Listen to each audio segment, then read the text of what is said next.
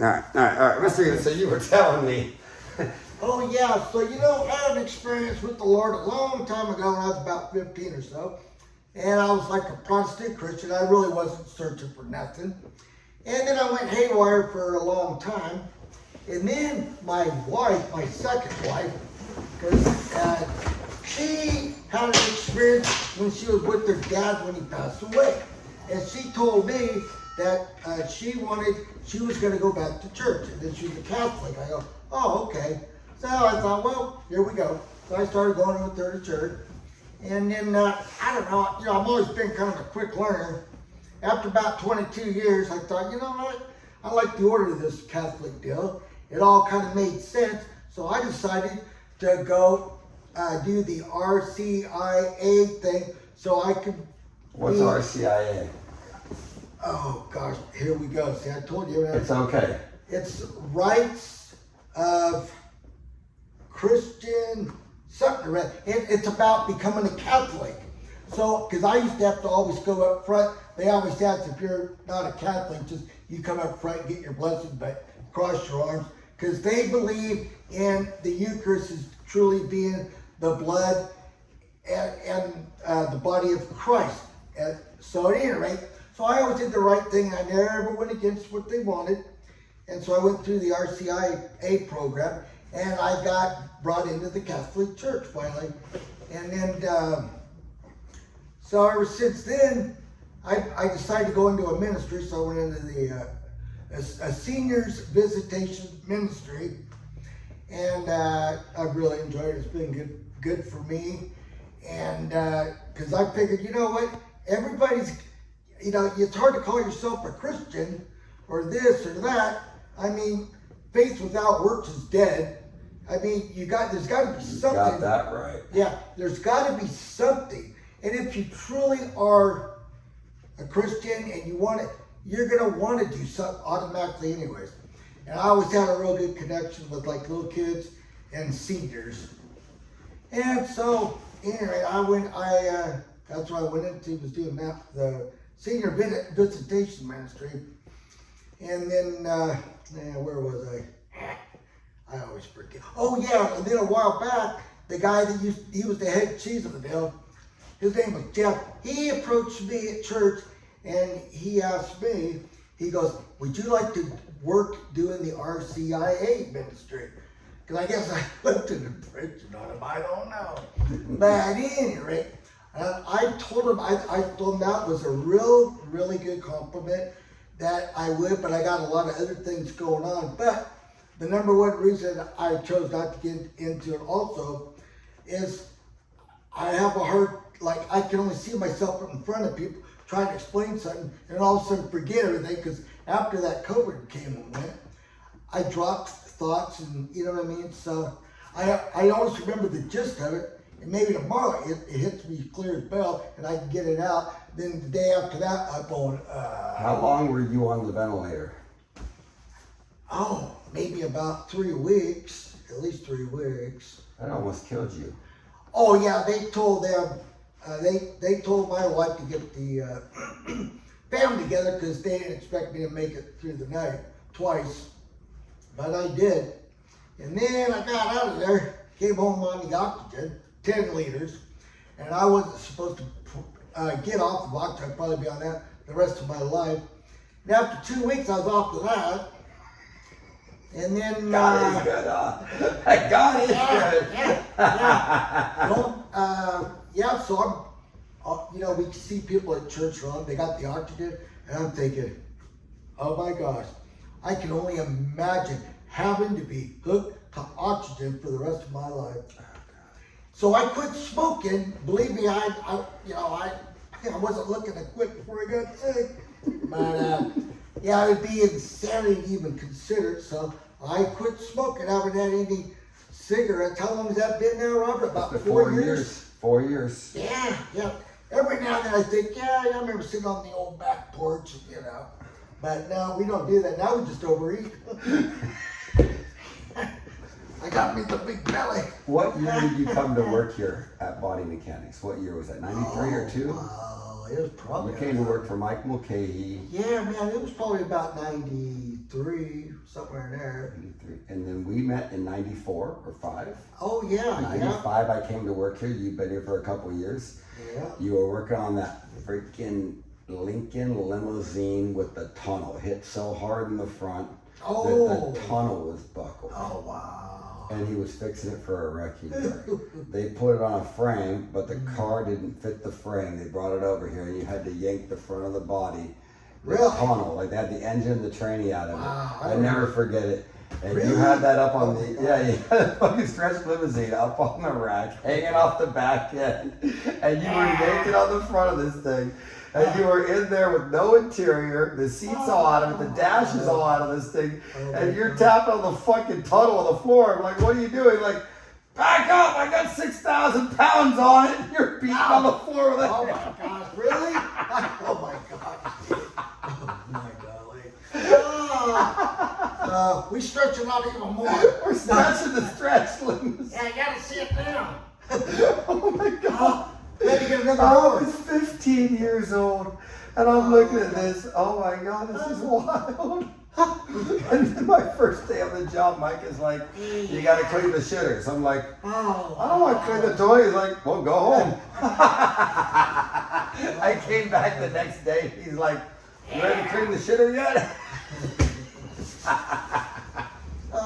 I'm real good at cleaning toilets, I'll tell you that. I'm really good at cleaning toilets. Yep. So you got, your wife's husband died. I mean, your wife's dad died, and as her husband, you joined the church with her. Yeah, I started going to church with her, and I wasn't really looking at, I'm gonna go be a Catholic today or whatever. Yeah. I was all content with what I already had going on. But I remember bouncing around too in the past, going from one year. It seemed like it was never in order. It was, this guy's doing this off the hip of this deal today, and who knows what's coming next, and you know what I mean? Yeah. There's a certain order of the church that really caught my eye. And I watched it for a long time, and I did my own research and this and that. And so at any rate, I became a Christian Catholic. See? Yeah. Did you have a lot of tragedy in your life coming up to this? I mean, like, I've experienced some real personal tragedy. I haven't never experienced what you've had, losing your child. I can't even imagine anything worse than that. Nothing worse than that. But I've had some other issues, I have problems with the law, spent some time in jail for a while, and running around with some crazy people and seeing things like, oh wow, I might be getting myself in a little too deep here, have to pull away with that. What you do is you look for a different class of idiots to fit in and have fun with rather than the other ones. And I slowly progressed it, and eventually I was able to quit doing drugs, no drinking. I go to church every Saturday night. I'm at church, and then try to do all of that. And very seldom do I miss a day of reading out of the Bible. That's almost like you get up, you get your coffee. Oh my gosh. Wake up a little bit, then you get a second cup, and then you open up and you read. Then when you get done with that, hopefully my better half doesn't make it too much noise yet. And then I try to do a little bit of prayer time. Sometimes I gotta say, I'm praying, and usually goes fine. And yeah, so that's how it is. Eh? That's really amazing you said that. I've been waking up at 4 o'clock in the morning, pretty much 4:20. My alarm goes off. The 4:20 time, the stoner time. Yeah. Goes off at stoner time, Oh, a.m. yeah. Oh, I Stoner know time, about a.m. stoner 4:20 a.m. Alarm clock goes off. I get up, and just like you, a cup of coffee or some tea. I've been drinking tea a lot lately. Yeah. More than coffee. Mm-hmm. I get the tea going, and I sit down at my coffee table, and I just get in the Word. And I spend 20 to 30 minutes reading my Bible and drinking my tea. And about that time, it's time for a nice healthy poop. Oh yeah, I always got one of them. And I'm telling you, Chris, this is the best way to start your day. Yeah, about 10:30, we're making a run. It's the best way to start the day. You know, when you brought up that part about Stoner 30 or whatever, Yeah, 4:20 a.m. This is how it is, man. Of course, for like 16, 17 years straight, I probably was stoned every day, right? And when my eyes open up in the morning, I go, oh, it's time to get stoned. So you get up, you know, none of the sleeping in stuff. No. You get up while the coffee's doing the percolating. You go out there, you go to hit it, and you get a little hum going, you know. And then, of course, you watch the cartoons, you know, maybe with no volume. It just depends. And then you get all ready to go to work. So then, I'm ready to go. Then head on over, go to work. Lunchtime, you touched up a little more. Evening time, though, it didn't pay to get stoned in the evening because I was always going, you know. You couldn't stay awake long enough to really tear it up, you know what I mean? Yeah. So, but So what do we do at nighttime? Is that schnapps time or what? do what? Oh, well now, I got pretty much tired. I was getting over the weed deal before I quit drinking. I know what I was gonna say. Yeah, so I remember even on the weekends, man, I might wake up at 6 or whatever, and it's like, ding, ding, ding, ding, ding, ding. You're already thinking about getting loaded. And my wife says, oh, you gotta get up for already. I go, well, I don't know. She used to get mad at me because I wouldn't stay in bed and sleep. This is the ex-wife. Yeah. But, She got yeah. mad at you for not staying in bed and sleeping? Oh, now it's like, when it's time to go to bed, it's like, oh, this is gonna be good. You know, get in there, you hunker on in there going, oh yeah, baby. And then, yeah, it's just, I have no problem getting a good 10 hours, man. You know. How old are you, Chris? I'll be 69 in August. 69. You're pushing 70. You can Yeah. still sleep 10 hours? Yeah, well, I mean, I could do all right. I mean, I could get by on a little over 6 if I had to, you know. I know, but like when you go to bed at night, do you sleep all night long? Yeah. Or do you toss and turn and wake up? No, that happens about once or twice every month and a half or so. You go through like a few days where things ain't going norm. Mm-hmm. So what I gotta tell myself, because at the time you're in the middle of it, you think, oh, this is, you only think of that there deal. So I recognize that, oh, it's that time again. It will pass. Don't do anything stupid. You know what I mean? But, you know, keep your mouth shut. Don't overreact, you know, because it's so easy to think, oh, this is it, you know, but it's not. It always pass. Guys go through their little, you know, women got their deal, you know, but guys, they got their little deal. It's different, you know, but I don't know. You know, right? I've always slept like a baby, so I never understood. But I Oh, find yeah. a lot of people have sleep issues, and I Yeah. don't know how that goes. I mean, I have dreams. Oh, yeah. It's like I'm awake in my sleep, but I'm getting rest, and I dream sometimes all night long. Oh, But yeah. I'm not tossing and turning. I'm Oh, not yeah. having trouble falling asleep. So Yeah. that's really good. I'm glad you can sleep at night. Yeah, I don't really usually have any problem sleeping a good 7 hours straight at least, you know. But, yeah. You were saying something about the women. Don't make the chaos or the problem or the drama. What were you saying? Oh, well, these are things I've learned. It only took almost 70 years to learn it, right? It's like, okay, it's because it's so, you know, I can sit around, you know, you're the wife, the 2 daughters, you know, they're going at it. It's like, in the past, it was like, well, we got to put an end to this, right? No. I don't got to put an end to nothing because I found out that I can't fix it. So this, you know what I mean? I just learned this recently. Well, it took me a long time. You learn quicker than me. So, Yeah, well, I caused a lot of devastation to learn that lesson. well, I mean, it's like, it was just recently too. I go, thank goodness I had to go to the bathroom, right? I got away from it for a little bit. Then I started thinking, oh, that's another thing I asked God to do, is to help me remember the things I learned and to practice them when it's needed. And that's one of them. Say that again. To remember the things you learned Yeah, and it's practice them when needed. Yeah, I ask God to please help me to remember the things I've learned and, see here, I am spun already. To practice the things to remember the things I've learned and to practice them when needed. Yeah, practice when needed the things that I've learned, which is basically, oh, they're going at it. Oh yeah, we can't fix it. I am not going to get in it because if I get, okay, I'm one of those people that's like this.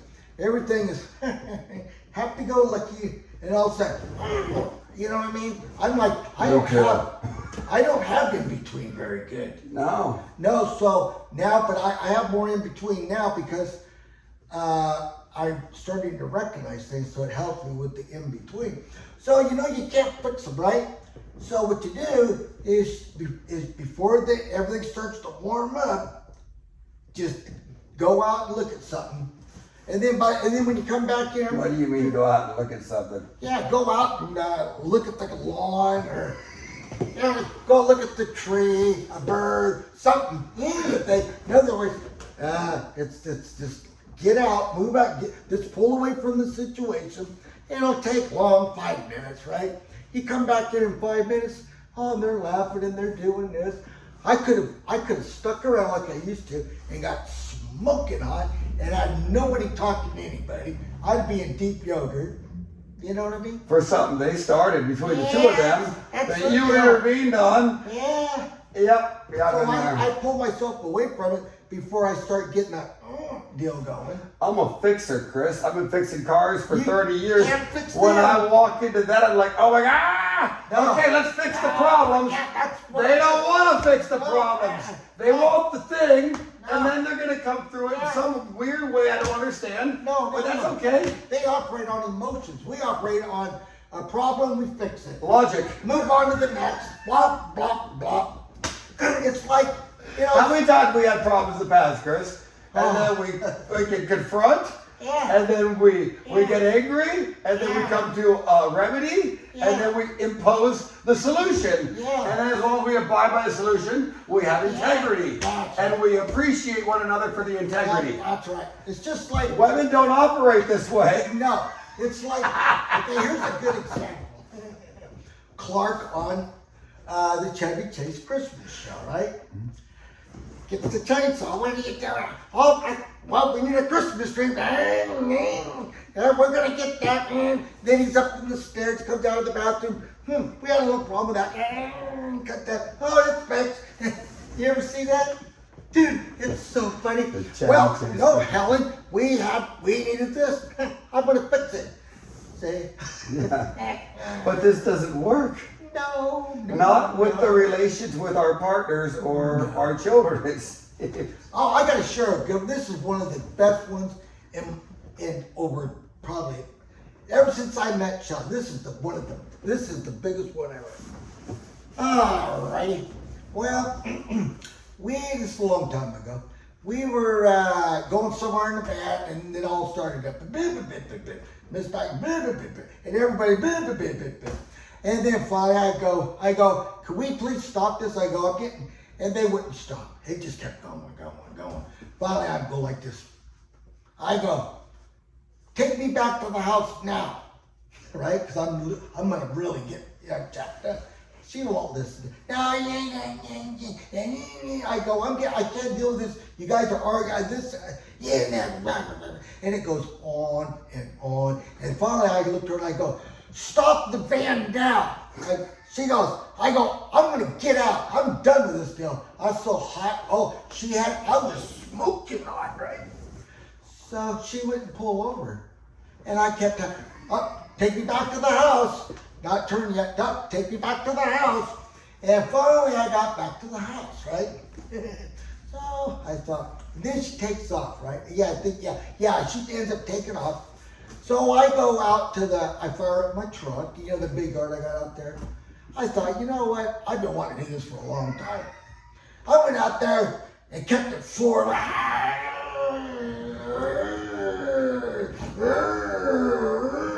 I came to a stop, and I go, well, I ain't kidding you, Robert.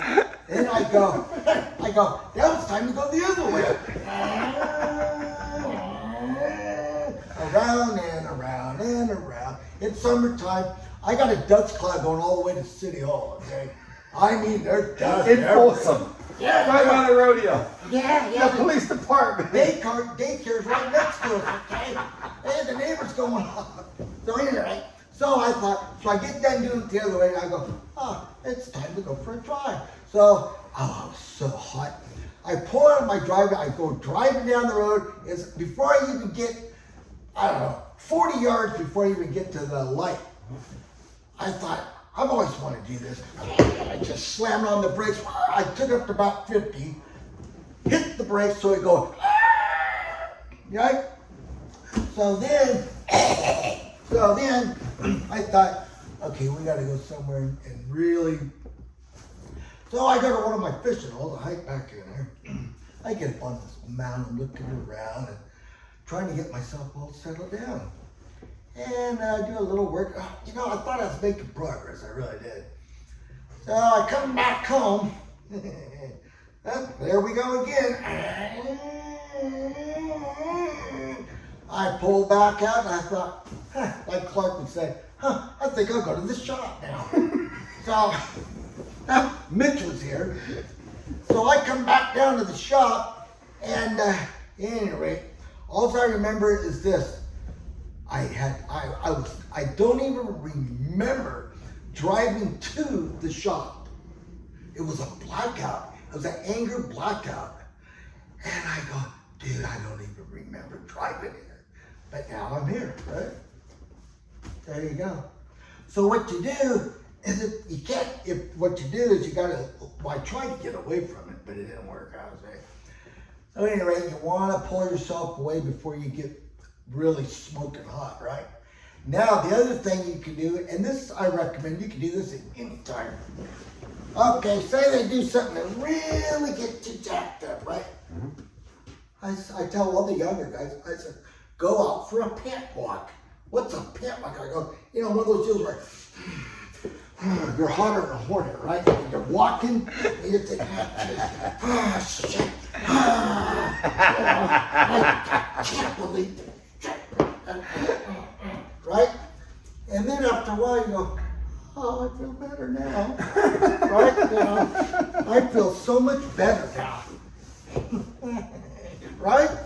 You ever seen the old man, the old woman walking down the street and she's a little ahead and he's behind and he's walking and he's talking to himself and I'm gonna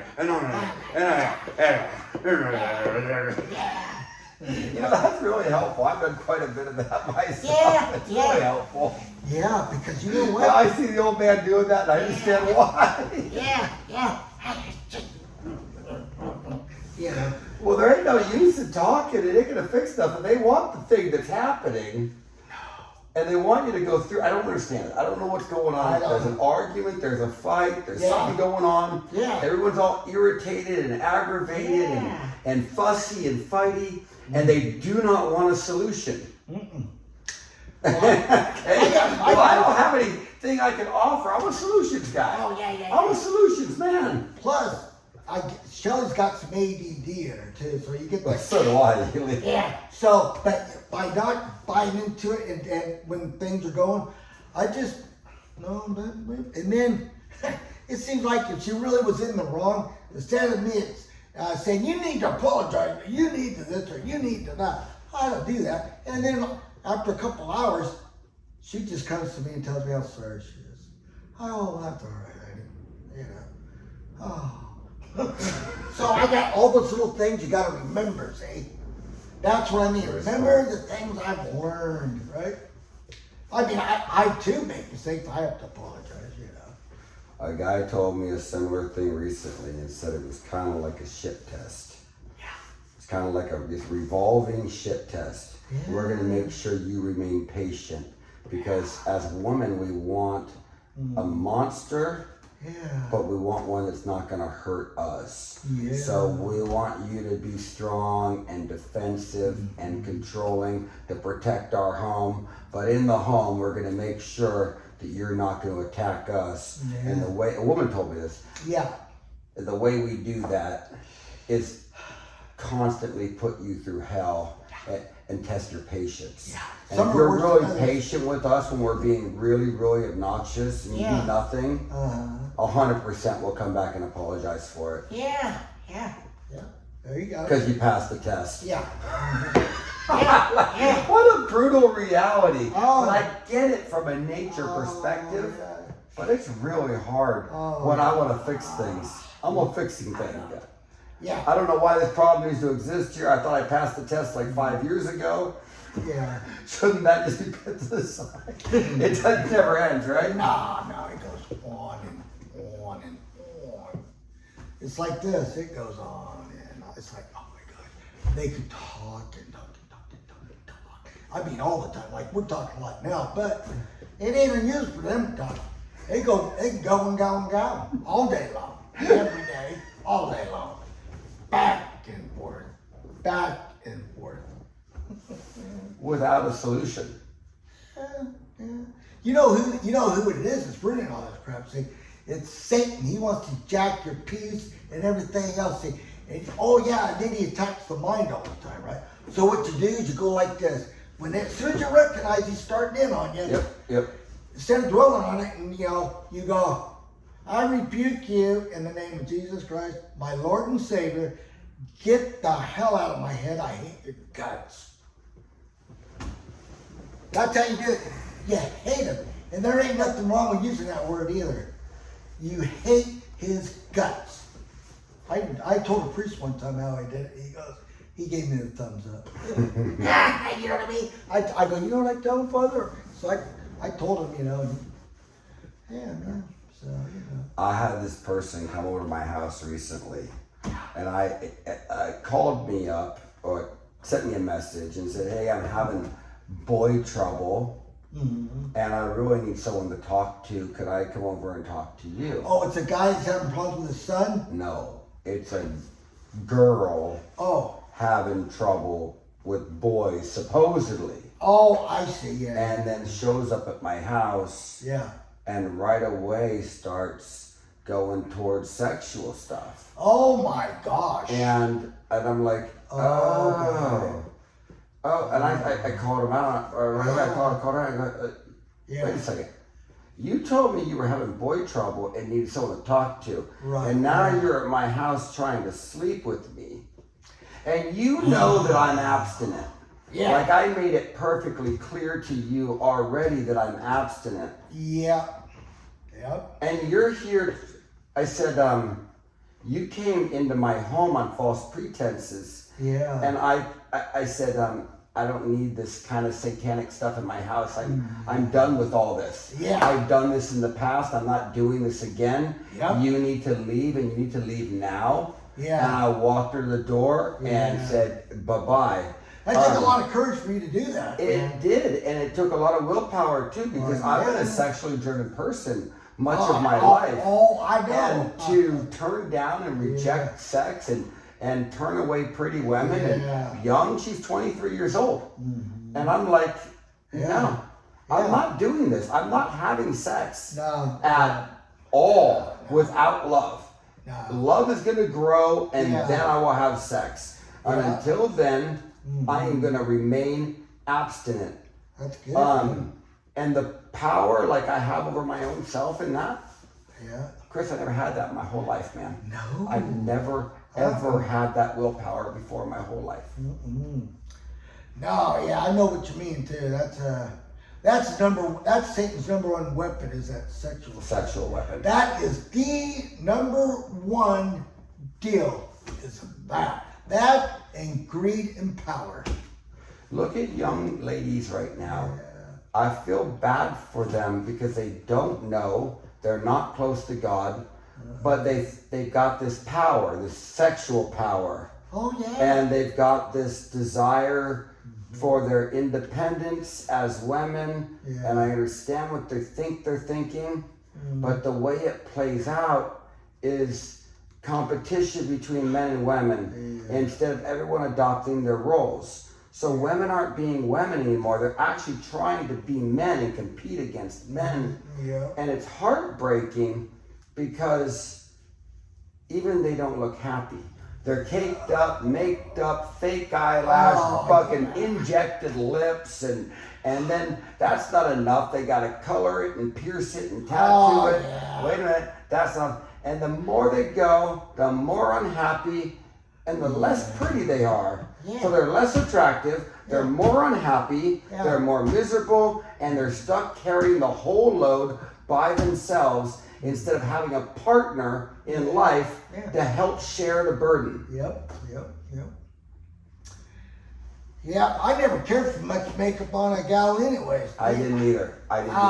You take a gal. I like it fresh out of the shower. Yeah, you take a gal that doesn't use the makeup and all the this and all of that, and she's getting natural light and sun on her all the time. Beautiful, beautiful. Yeah, Absolutely. Every man feels the same too. And Every man. And then you take that same one, and now she ran out. She ain't got none of it. You look at her, she looks like a ghost. You know what I mean? Yep. Hollowed out by some make-believe thing that someone told you you're supposed to act up to, or I don't know what it is. I don't know what they're thinking. They're freaking beautiful creatures the way God made them. Have all that juju. And then they have to think that they're not, and I don't know what they're thinking. I don't know what they're competing against. Yeah. I don't know what's going on. I'll tell you what they're doing. I don't know. They're competing against each other. That's what I think. You know what I mean? For what? I don't know. But there's nothing more disgusting than to see some gal from the side and you see these big old honking stuck. Oh God, glued on, rolled up.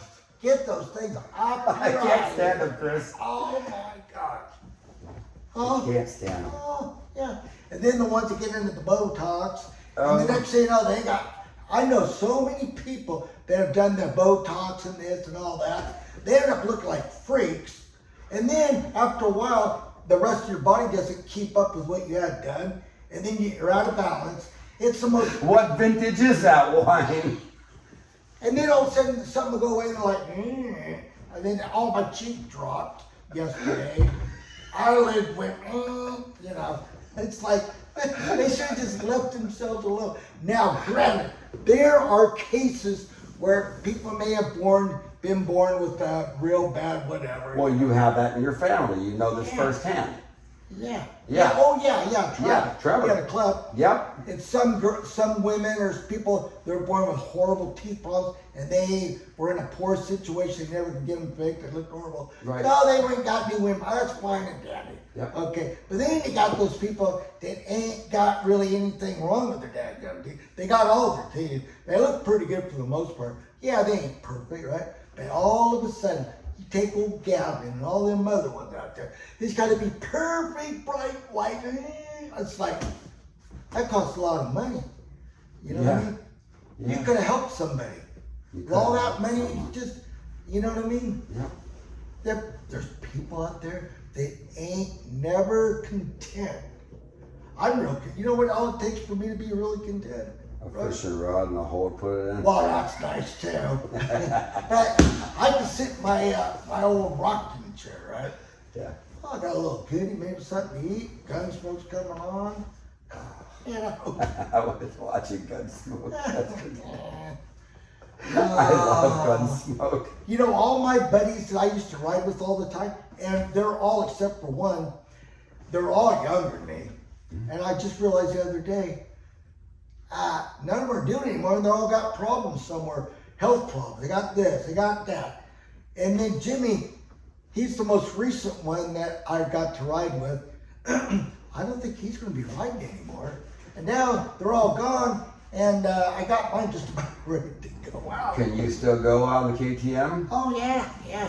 I haven't ridden in quite a while because of the red sticker season. But I have to admit, the drive to go through all the stuff it takes to go get on that thing and burn a gallon or two, it's a lot of work. Do you still take it out in the front yard once in a while, or what? I did today. I did today. Yeah, but it hasn't been, okay. You're like, I haven't been riding in a while. No, You take it around the front yard? I did today. I haven't gone riding, but I've been riding. Yeah. No, okay, it's been sick for a long time, right? It was like maybe May, a certain part of May, the end of May, that was it. No riding since then, right? I haven't ridden since then. Well, so it sat around, so I've been slowly doing this, doing that. I still got to get the rear brake blood. You know, I've been sitting, but I did fire it up today, and I took it out and rode it around a little bit. You still got that 500 or that 250? What is that? That K-Sac or the Sax or whatever? Oh, I still got that. Yeah. Yeah, I haven't fired it. You know what? My drive has gone down. I don't really, you know what I mean? No, I get it. Dude, it really goes down. And then they got this, raise your testosterone. Be like you used to be. And there's guys that do that. That's fine and dandy. But the problem with that, it's not the natural path of growing, of aging. There's a reason why an older person testosterone. Because if it didn't, you would overload yourself. You'd be injured real quick, break bones, or you know what I mean. Chris, you're doing great, man. You rode a dirt bike this morning. Well, I didn't take it out nowhere. I know you didn't. Yeah. You didn't do any jumps. But it's coming. You were on. Yeah, it's coming. It's coming. It's coming. Of course, if I do go out, I only ride over, you know. Yeah. I don't want to crash or get hurt or nothing, you know. Yeah. Well, I think I'm gonna have to get back to work. Oh yeah, you're supposed to be working the whole time. I got a car I gotta paint tonight. I promised delivery for it tomorrow. So I feel like it's gonna be a late night tonight. Well, it's gonna be even later now that I come by. Well, I'm glad you did. What do you think of your guitar, huh? Yeah, you're real good, man. Well, I ain't good yet, but I'm gonna get there. Yep. But I love it. I really do love playing this thing. You gotta do Kansas City, man, that song. Which one? I'm going to Kansas City, here I come. And then it goes on, there's a lot of cute gals in Kansas City. I'm gonna get me one. And so it goes, and then all of a sudden, he starts going, it's 1959, okay? But it's cool, dude. Sutton Harrison. God, if I had the first name, I always forget the first name. I can call Shut. You want to look it up real quick? I can look it up. Yeah, I'll look it up after this. Hey, do you know Jambalaya? Remember Jambalaya? Yeah, that's that Cajun, whatchamacallit, Jill. No, but the song, I think it was Jambalaya. I think it was Hank Williams Sr. Oh yeah, a lot of people did that song, yeah. Yeah. Well, the Raging Cajun, he did it too. Doug Kershaw, you ever know him? No. Oh, he was a hickety hit there, boy. He was king of the hick. Sammy Kershaw, they call him the Raging Cajun. That's what they call him. He's all probably gone like the rest of them. I've been listening to Johnny Paycheck a lot lately. Oh, Johnny Paycheck, yeah, he's good. Yeah. Yeah. Okay, look up that Harrison. It's called Going to Kansas City. And then play it, and you're going to get it. Right. And then I'll leave you. All right. We're going to do it. Yeah, you're going to. Cheers time. Raging Cajun, here we come. No, this one's Harrison. I can't remember his first name. Just put in Kansas City, it'll give you options. Ely, say goodbye, buddy. Hey, I'll see you later, buddy. Yeah.